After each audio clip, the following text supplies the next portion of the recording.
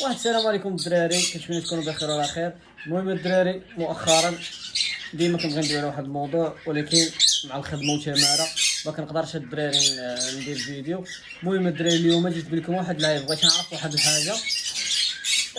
مؤخرا كتسول شي واحد على شي فريق ديال الاينو، كيقول لك راه خارج من البورطور ديال الاينو.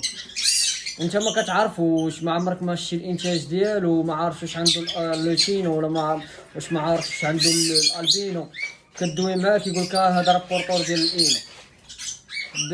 بما اننا حنا الدراري باغيين نديروا واحد الطفرات اللي نخرجوا على المألوف، نديروا شي طفرات اللي شويه جداد على السوق. كتسول شي واحد كتقول له بغيت شي بياسه تكون زرقاء وبورطور ديال الاينو، ولا باربلو بورطور ديال الاينو. كيبدا يقول لك راه كاين هذه وهذه، ومع العلم انه عارف، حنا عارفين بانه راه غيكذب عليك وغيقول لك راه بورطور ديال الاينو وراه ماشي بورطور ديال الاينو. لهذا الدراري الله يرحم الوالدين، شويه ديال الريسبي الدراري، بنادم يحترم شويه غا راسو ويبيع بالصفا، ما يبقاش الدراري باغي يبيع.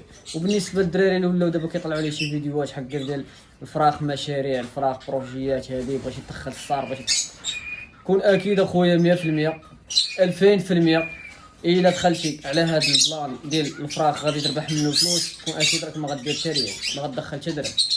حيت هو اول حاجه ولاعه، ماشي بيع وشراء.